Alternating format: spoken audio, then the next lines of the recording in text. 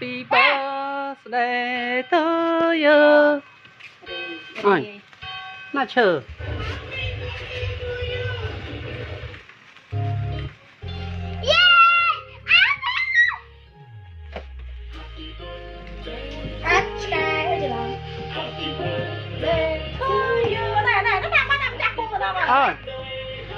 Làm mua ơn. Nè mua đi ạ.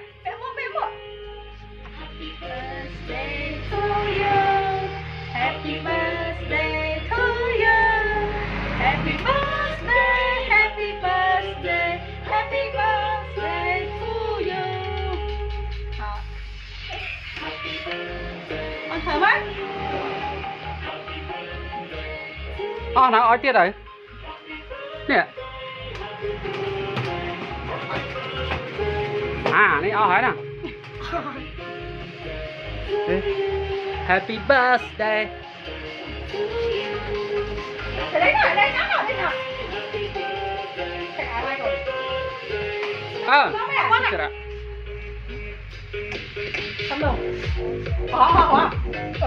Cái họ mất. Nó trúng quá. Họ mất. Đây.